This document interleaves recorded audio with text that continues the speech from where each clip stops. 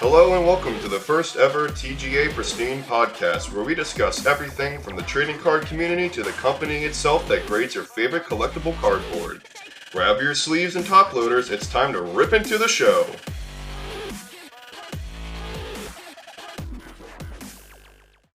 Hey guys, it's Jordan, a.k.a. Darkest Night. I worked at TGA New Hampshire for 6 months and now do video editing and other content creation for the company.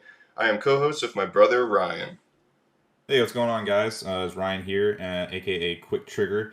I am a fairly new partner with the company, and I've been collecting cards for a pretty long time now. I do live shows on Whatnot every weekend, where I do buying and selling cards on there, and I'm always looking for cards to be able to grade with TGA. So I think a couple of things we're going to be going over today.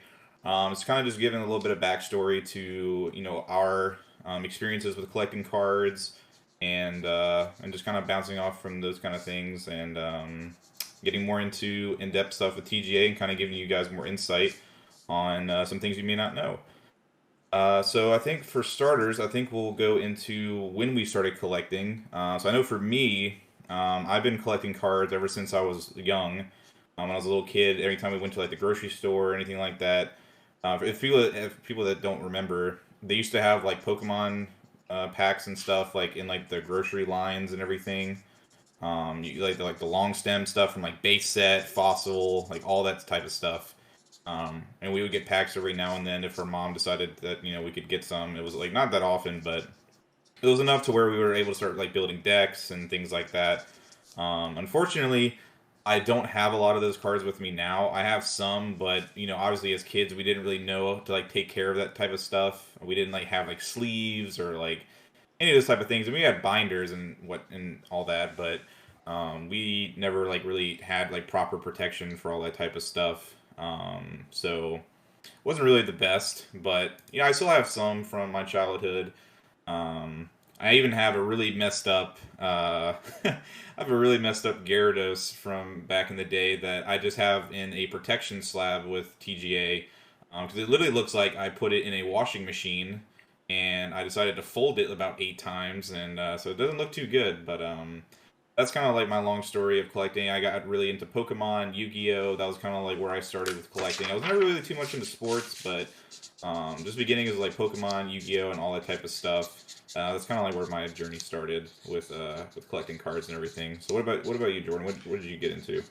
Yeah, growing up, I mean, like you said, it was whenever we would go to the grocery store or go to any kind of retail store, and if we were lucky enough to be able to grab a pack or two, and I mean, the one of the memories I have was back when we were in Jacksonville or even early in Louisiana, and we would take literally all of our Pokemon cards and lay them face down in our bedrooms, just on the carpet. I mean, I remember hundreds of cards. Thankfully, I can't remember any Charizard Hollows or anything worth a crazy amount of money.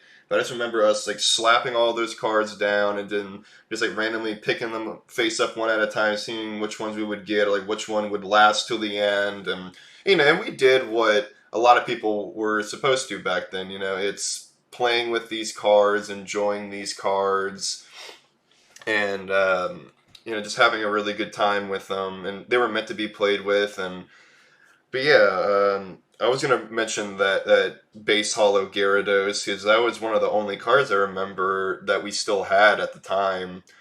And yeah, that one, I don't know what happened to it. We must have like brought it to school in our pockets, and we wanted to fit it into like the little like coin pocket. So that thing got really just bent up and destroyed.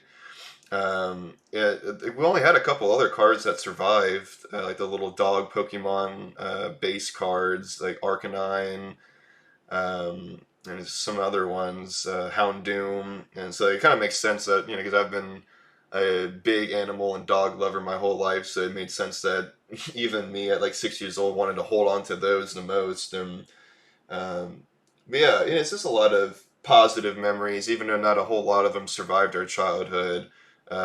Trading cards have definitely been with us for a long time and always having a good experience with them.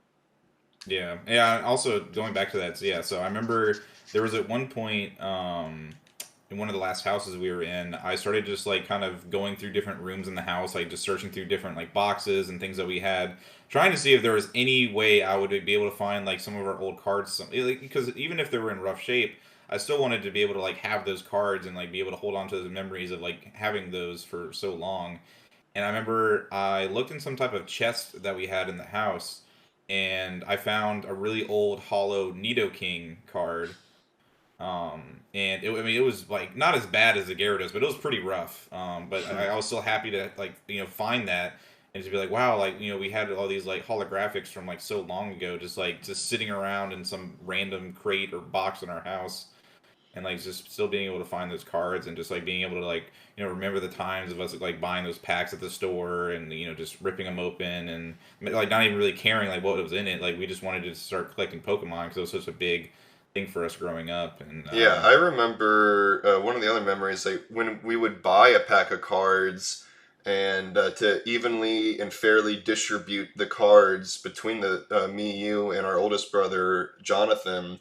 We would open the packs and then shuffle the cards, and then like blindly we would each just pull one card at a time, and like whatever card you pulled, like that's the one you got. And I remember doing that primarily for Yu-Gi-Oh! And it was probably like these packs that like had a guaranteed hollow in it, and so like whoever was lucky enough to be the random one that picked a hollow got to keep it out of the pack, and everyone else was like left with the base cards. But yeah, so I have like those memories of us like still um, civilly trying to go about how we would distribute the one pack we were lucky enough to talk mom or dad into buying for us. yep. And then if we managed to get like a binder or something, just like putting the like just straight up putting the card into the binder into the little slot. Like there was no sleeves, there was no we didn't have protectors back then. Like it was literally No. just you just take the just straight up take the raw card, you just slap it in there in that binder, and then you're good to go. Yeah, because it was definitely more of the collecting value for me. Like I never really got the cards to do like the battling and stuff, and I did like the battles on the computer game for Pokemon and stuff, like Right. TCG card game and everything. But yeah, I never like actually like got cards to like build decks and like battle with and stuff. Because it was more so like you just take the top card and like if that Pokemon beats their Pokemon, then like you win that little battle. And you just flip over to the next one. That's kind of what we did with Yu-Gi-Oh. Like we never actually did like true battles for Yu-Gi-Oh. Like you would just flip open your top card and it was like a monster. You would just like go back and forth with that. And I remember I was doing a battle like that with Jonathan doing Yu-Gi-Oh, and I ended up winning because he didn't have any monsters left. And then I had like one more card to flip over in my deck, and it ended up being a time wizard. And so since I had like the last monster left on the field, like I ended up technically winning like our duel or like whatever it was because like I had just the last monster on the field. Um, so that was like always like kind of funny just to like think back on the times of like, and like we really didn't know what we were doing. We were just like just getting cards, just having fun, like not really putting a whole lot of emphasis on like the collecting, like on like the condition of the cards. It was more so just like just wanting to have the cards for collecting them and stuff.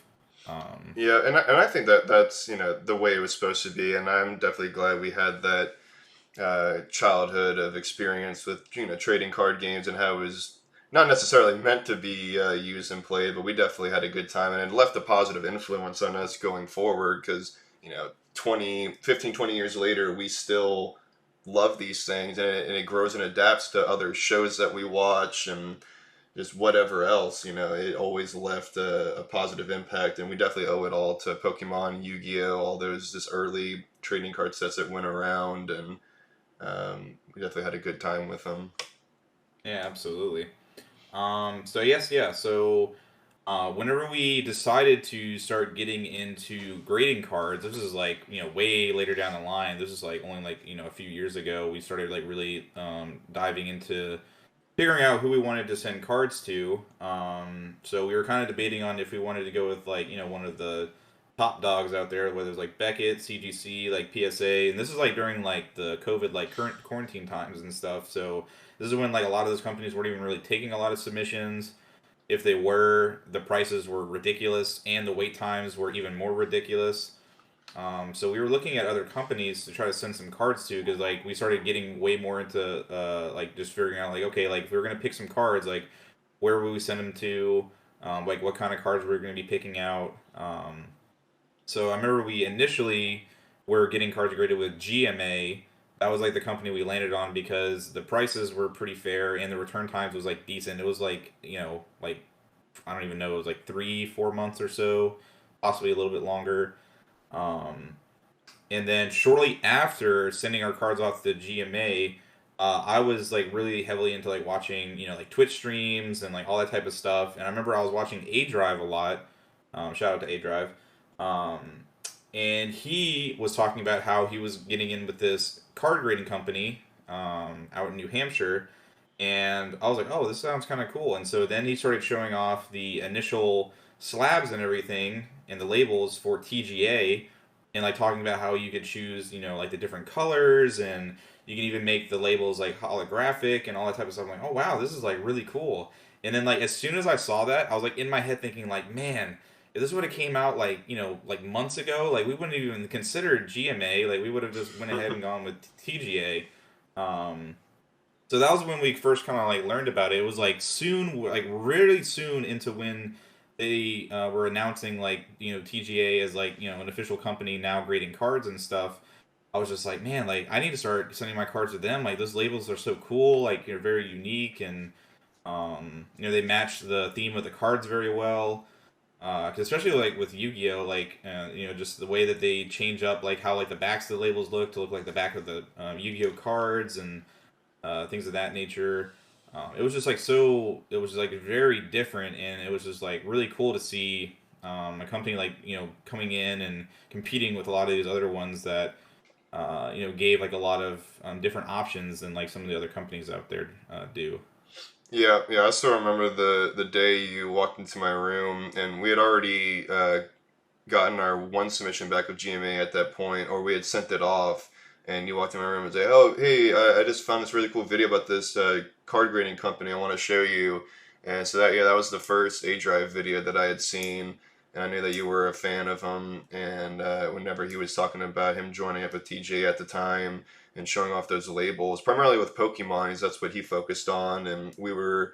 I was kind of getting my reintroduction to it since childhood with Chilling Reign when that set came out, because my favorite Pokemon is Blaziken, and that those had a lot of the cool Blaziken cards in it, and so I was getting back interested into Pokemon and the trading card community even more at that rate, and we were wanting to get our cards graded. And whenever, yeah, that was a really good video, and him showing off the nice custom Pokemon labels, and you can choose your colors, and I mean it worked just so well with it. And from that moment on, I was very much invested in TGA and wanting to get cards graded, and uh, it was a really good um, building block to my engagement and connection with TGA, and uh, really made me invested in continuing the hobby even more.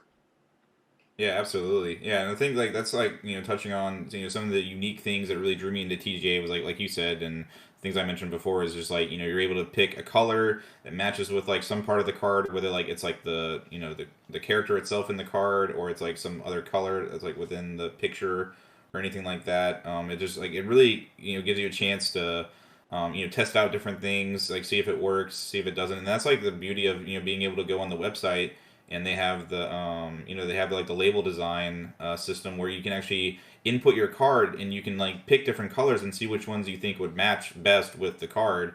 So you're not just like picking a color and like, oh, I hope this works. You can actually go on there and you can like test to see like, okay, is this Charizard card going to be good with orange? It's going to be good with red. Maybe I'll do yellow, or maybe possibly black, just depending on what type of card it is and like the colors that flow within it. I definitely think is like very unique. And also just the fact that what really drew me into it too was that they really, really dive into how much they want feedback for their products. They are always constantly posting on social medias, all the different cards that they are grading. Occasionally they'll post like questions like here, like what people think about different like label options that they have, or like the ones they'll be coming out with. Any like new type of cards that they start grading, they start working with their main designer that works on a lot of the labels and everything. So like the person that works on all of the flow labels that you see and all those different things like that. Um, they work on a lot of those to fit the theme of the cards. So like now you have like the Pokemon cards that have the element labels, and they have flow labels. They have very custom designs for Digimon. Pretty sure Dragon Ball Z too. Yep. One Piece, Naruto, Magic the Gathering. I mean, there's like so many different things like Yu-Gi-Oh. Almost like every different type of card they have, like they have a very unique themed label for that type of card. So it even makes it more aesthetically pleasing to like see it in your collection. Like, wow, like not only do my labels like really just like look nice, but they also appeal to the card that it's like matching with. And that's like one of the things I really like about sending my cards to TGAs, because I know that all the themes are going to fit with the card. The colors that I pick are going to really like pop with the colors that are within the card.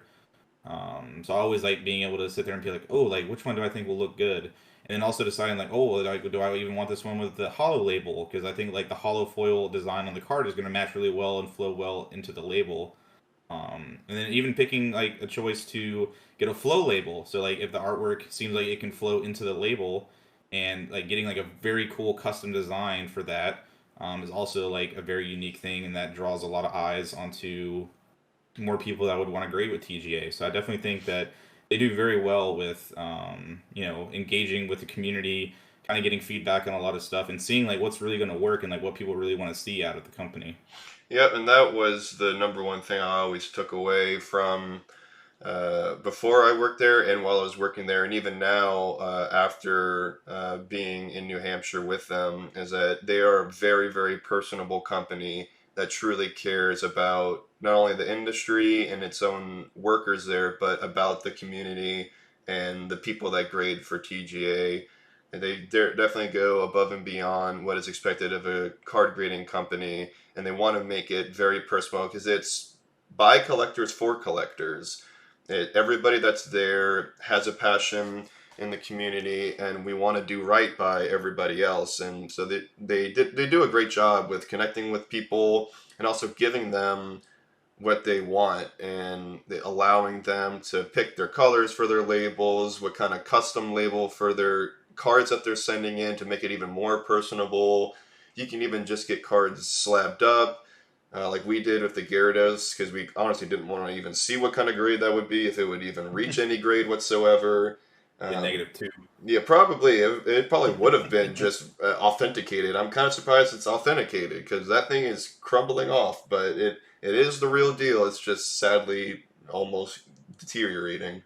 But yeah, I just I love the company for that purpose. It was started with good intentions, and even well after a year, and getting a lot bigger than where they are and where they started, they always stayed true to their core, and they're always here to give the community and the people that submit with them the best experience, and just like they just really want what's best for the community and to make a positive impact. There's zero selfish acts going inside in that company, and I just really appreciate and respect what's going on at TJ and what they're doing, and I think it's really cool.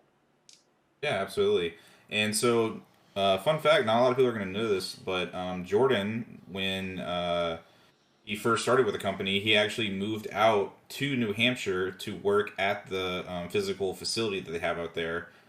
So I guess Jordan, what was like your experience like? Like moving there. Your first time being on your own. Like, just kind of give like a rundown of like what that was like for you.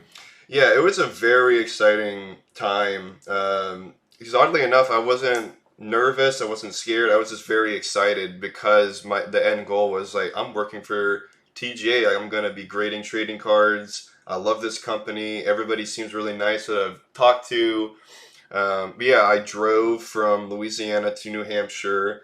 I think it was about a 3-day drive, 8 hours each day. Nothing too crazy.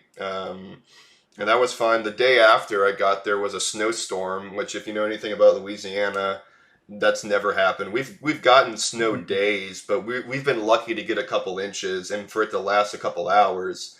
Um, and so that was a really weird experience. And like jamming in everything from my little shipping pod into my little studio apartment, and making sure I had some groceries and everything prepared for the snow day. And so that was like my first welcome to the north, was just being snowed in for the weekend. But I mean, nothing was going to bring my spirits down before starting at TGA.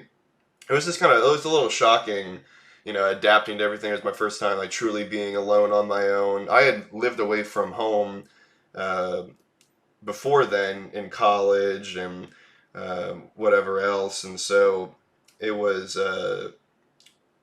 just definitely a big eye-opening experience. And having that kind of shell shock of like, now I am officially on my, I can't, call my dad, call my brother who might be 20 minutes away to come help me out with something. Like, I had to start thinking about everything and getting all that situated. And but yeah, like my first day, they were just showing me around, introducing me to everybody, kind of showing me, the whole process of how everything worked, about intaking orders and it going through the grading process, and then them creating labels and printing them out, encapsulating cards. And it was a really cool, I mean, like, you can almost say once in a lifetime experience. It's such a niche job experience. Not a whole lot of people can say like, oh, yeah, I worked for CGC, PSA, TGA, SGC, whatever. Like, there's not a whole lot of room to get in, and I had to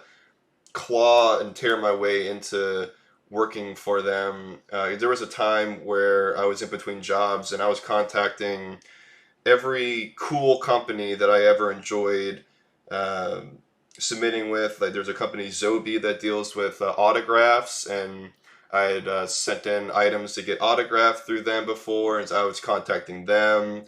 I think I even contacted CGC for like comic book rating. I was emailing all these companies and like, hey, I'm looking for a job. Do you have any openings? And some would respond and, to say like, hey, if you send your resume, we'll keep it on file. And others just wouldn't say anything. But TGA did respond and had the same response about sending in resumes and staying in touch. And Mark LeMay, who is now the guy running the show, the owner and creator of TGA, gave me his personal email, and we stayed in contact for up to 6 months. And every month, I'm just sending a message, hey, how's it going? Anything new developing? Any potential spots for me to get into? And it took that dedication and showing how interested I was. That could have just been like a guy, oh yeah, I like your company, it'd be kind of cool to work with you, and you just send one message and that's it. But I was like, no, like every 2 weeks, I'm like, hey, how's it going? Anything else? Hey, how's it going? Any updates? And so it took that tenacity for him to realize that, oh, this guy, he really means what he's saying. Like, we're really having like a huge impact. And so it took a long time before we finally worked out that deal of being able to join the team and TGA growing enough to need another employee. And but yeah, when I first started, I was encapsulating cards, and one of the first submission I worked on, it was a foreign card, was a foreign trading card company that they had a card shop, and they would get a whole bunch of their customers to submit with TGA, and they would ship them overseas. And it was usually always like a couple hundred cards minimum every submission they sent us, which was pretty crazy because the average amount from a customer would be like 5, 10, 20 cards, and those submissions would be 200. And so I was slabbing their order by the time my training was done, and kind of shadowing another employee that had been doing it for a long time. And one of the first cards, within the first 10 cards I ever slabbed, was the first edition Holo Shadowless Charizard in a TGA 5. And I didn't even realize what I had slabbed until afterwards, about 30 cards in or so. One of the employees was wanting to make a social media post, and I was like, oh yeah, well there was, like the base Holo cards Maybe we can make a post about that. Go take the pictures in our nice little photo room. And so I went in there, took the photos. When I looked back on the photos, I was like, oh my God, I just slabbed a $20,000 card without even realizing. I was glad I didn't realize, because I feel like I would have been way more Like shaking. nervous. Yeah, I would have been way more nervous than I already probably was a little bit slabbing them up. And so I remember just looking back on that memory. It was crazy. I had never held that card. I'd never even seen that card in person before. And it was just such a cool. Every day it was like that, man. And you just walk in, somebody, has this crazy card that's worth $1,000, and things that you only see online. And I mean, everybody just loved going into work every day and just seeing all the love and shared interest we had in the community. It was super cool. Yeah, absolutely. I mean, yeah, like whenever you were telling me about that you got to grade that Charizard first edition Shadowless, I was just like, oh my gosh, like I can't even fathom what that experience would be like. Yeah, because like knowing me, like I would have seen that, I would have been like freaking out. I would have been like, just like someone else want to take this from me, like before I possibly drop it from shaking so much. Like that would just be crazy. Because like, you gotta think too is like for people that are really into collecting like that, to like know like those type of cards and like the values and stuff. Like, I guess it also depends on if it's like the type of like card that you do collect. 'Cause I'm sure if someone submitted like some crazy rare like Magic the Gathering card, like I probably wouldn't really like know like off like firsthand like how much it was really worth, and then I would probably go and look it up later or something. Someone tell me like, hey man, you know that MTG card you graded earlier? Yeah, that thing's worth like 50 G's or something like that. And it's just like, oh my god, like that'd be nuts. So like, yeah, I think that's really cool, just being able to like see all those different types of and seeing all those different type of cards, like being able to actually hold those in your hand, and whether it was like for somebody else or whatever, it's just like being able to have that experience. Like you would never think in a million years, like growing up, like wow, like I'm actually going to be able to like be a part of this someday, or I'm going to be able to like see all these different types of cards that like all people like across the U.S. and stuff have. Um, that's definitely pretty cool. All right, so now we're getting into the real juicy stuff. I mean, it's all cool and fun, learning about big expensive Pokemon cards, but like what we really want to know is what was like some of the most like either weird or like interesting type of cards that you either just like saw that went through the doors of TGA, or even like ones that you also had the chance to grade yourself. Like what was like some really interesting ones that come to mind? One of the first ones was somebody had an on-card auto of Wilt Chamberlain. Really? Yeah, that was. I thought it was fake. Like I saw it come in, I'm like, "There's no way. There's no shot." But I mean, we compared them to other on-card autos, and we're like, "Oh, yeah, no, this guy, this is the real deal. Like this is like an actual card that you could pull out of the packs. Like it was legit." So that one was Wow. really crazy because that, like, you see all your modern day autos, but someone like Wilt Chamberlain, arguably, one of the best NBA players of all time, that was super cool to see. Uh, there was one guy, I forget the hockey player, but I think he was trying to collect like every single autograph of that modern hockey player that ever was produced. We would get him the submissions. There would be like 25 autographs of the same hockey player, and I was like, oh, so this guy's back and he's submitting more. That's interesting. I was starting to think that he was like a grandfather, like an uncle, or somebody like related to the kid. Because every submission, he just had like 20 more auto patch cards of the same hockey guy. So that was pretty interesting. Not a whole lot of people had like collections or submissions like that. Um, but yeah, I mean, you almost got a little numb to seeing like the Moonbreon alternate arts and the Hollow Charizards, and we did get there was one Magic the Gathering card that you brought up earlier that was worth like a few $1,000s. It was like a green crystal card, and that one was pretty crazy just to see like some of the other um, TCG cards that go for a lot that you never really think of. Yeah, because Um, I know there's that one from like the 1990s for Magic. It's like some like black like Lotus card or something that's worth like a crazy amount. yeah, I never saw any Black Lotus as I came in, but yeah, that one is there's like that's the granddaddy of all Magic. I'm trying to think if there's like what other kind of we got a couple of like the Luke Skywalker rookie cards from 1977. So those are always really cool to see. Particularly to me, I'm a humongous Star Wars fan, and so I always love seeing those get like our custom Star Wars labels and seeing what the grades are for those. Is typically they never range out of like an 8. Like an 8 is insanely good for that card in any Right. company, being that old. So I love seeing how high those cards were grading. Did you Um, all get a lot of like a lot of like different types of like anime cards when you were there? Because I know like for me like I've always been super big into anime, especially like these last like handful of years, and I've also been really diving into getting a lot of my anime cards graded, whether it's like Naruto. Started getting into trying to submit some Demon Slayer cards.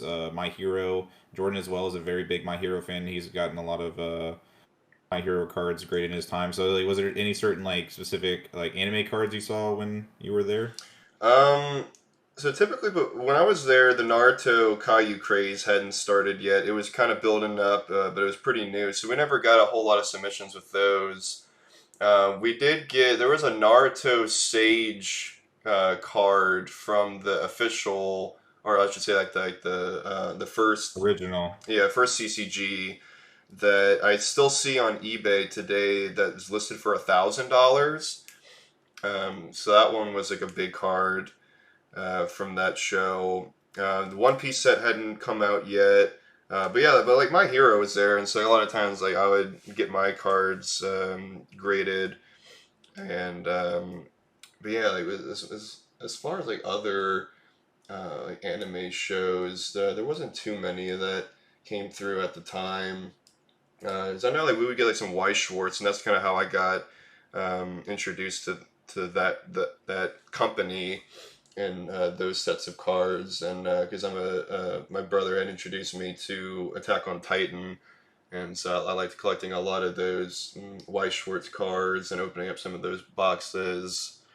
Um, but yeah, I don't know. We would get a lot of like oddball submissions of like some cards that we had never even seen before and like knew existed. And what something we were discussing before the show, we there were these like adult film star cards that we would get, and they would be at these specific conventions, and they would be autographed and then kissed by the film star, and those would be sent in from other card shops, and that really caught us off guard because we did not know that those were a thing. And thankfully, it was a simple, like just authenticate it, slab it up, and get it out. We didn't have to spend too much time staring at the card and trying to grade the edges or whatever because they weren't official. You would just get them from whatever conventions they would go to, and we would Right, right. slap. Just like Yeah, we would just slab them up, say that they're real, and move on to the next. So those were always kind of fun to, just to see like what kind of stuff people sent in, what they were into, and what they wanted to get protected. Because thankfully we saw some other people that would send in atrociously horrible Pokemon conditioned cards that just wanted them encapsulated because they were from their childhood and they wanted to, have something to keep them safe from any more harm, and just wanted to look back at, all those memories. And so I really enjoyed just seeing all like the quirky stuff that people would send in. right. I know I did know one of the things that one of the other things I did want to ask. Did you ever encounter fakes? Was there ever times that like whether people knew it or not, like was there ever times that like when someone submitted cards, like if there was ever a chance that you came across any fake cards? In training, they would give us fake cards, so that way they would test whether we knew or not. Um, I remember in when I was because a lot of the times when I graded, they prepped me for sports cards. That's what I had a lot of my expertise on was grading sports trading cards. And then there came a point where when we needed more graders to start hitting the grading floor, they would train me in grading Pokemon and other TCGs. And so in the Pokemon grading training, there were a handful, 2 or 3 fakes that were in there, but they wouldn't tell you. They would just give you the stacks and like, all right, well, here you go, assess the grades and let us know when you're finished. And I remember I pulled out like the 3 fakes and I gave them like the cards. I'm like, oh yeah, also by the way, these aren't real. Like, and they're like, oh yeah, we know, like we wanted you to pick those out and make sure that you can tell the difference. So those were some of the only times I encountered fakes personally. I know there was a couple other times that some of the other graders would notice, and most of the time it's we believed it was ill intent. I mean, like some kids that got them from school or whatever that would send it in, and but we realized that it wasn't the real deal, and even like we still don't encapsulate any, whether they're fake and want to encapsulate. We only will encapsulate official licensed product, or if they're like custom made art cards that like came from that person and they just want them encapsulated. And but yeah, personally, I never, thankfully, encountered any actual fake cards that came through the submissions that I did. Because a lot of the times they the sports cards, a lot of the modern ones don't tend to be fake too much. But if we ever had qualms, we would go to every grader. We would go online, go to the owner. We would go through every single process to ensure that they were real cards being encapsulated through TGA, and we took that very seriously. Yeah, absolutely. But yeah, I think that might be a good place to wrap it up today. Unless you had anything that you wanted to touch on or anything like that. Yeah, I mean, just like my whole process and experience being there was nothing but positive. They really let me spread my wings and get the full experience. And like I said, I did everything from grading cards to encapsulating them. I was sort of their backup shipping leader when the main guy that dealt with all the shipping was out. He trained me in packaging all the submissions and sending them out to the customers. And I have a communications degree and focused in film production, and they allowed me to film their documentary, their 30-minute documentary that's on YouTube. I did a behind-the-scenes video for them on what really goes on when your submission hits TGA. We did a This Week in Cards series. We made a whole lot of TikToks, and it was awesome. I really did have a good time. I just wanted to be back home. I was loving my time with TGA, and that's why I am still connected with them and editing YouTube content. We're still creating all these different shows for YouTube and TikToks, and so I'm still very connected with TGA and still working with them because I had nothing but positives coming from them. Mark was an incredibly generous and friendly and awesome leader and boss, along with everyone else who I don't want to start, dropping names, naming names. I feel comfortable with saying Mark because a lot of people can put the face of TGA to him. But he was awesome, still is awesome. Talk to him all the time. And if anyone gets the chance to be able to meet him and just, shake his hand and just thank him for starting this company, it's been nothing but a great ride. But yeah, I just wanted to be back home, and I'm very glad that I still get to work with them and get to experience the growth of TGA, and hopefully we get to see it just keep rising and being in the conversation as one of the top companies to grade with in America and for people around the world. Yeah, absolutely. But all right, guys. Well, thank you to everyone that decided to tune in and check out the first episode of the TGA Pristine Podcast. We really do appreciate your time. And remember, if you want it pristine, you got to keep it clean. Thank you, everybody. Hey, guys. So it's Jordan at the end of the podcast. Just wanted to throw out the first question of the day for everybody that stayed through to the end. If you got any cards graded with TGA, why did you decide to grade with them? What was the deciding factor for you to go, hey, let's give TGA a shot? And what was your experience like? How was it? And did you continue to grade with them since then? So once again, guys, thank you so much. And if you want to keep it pristine, you got to keep it clean.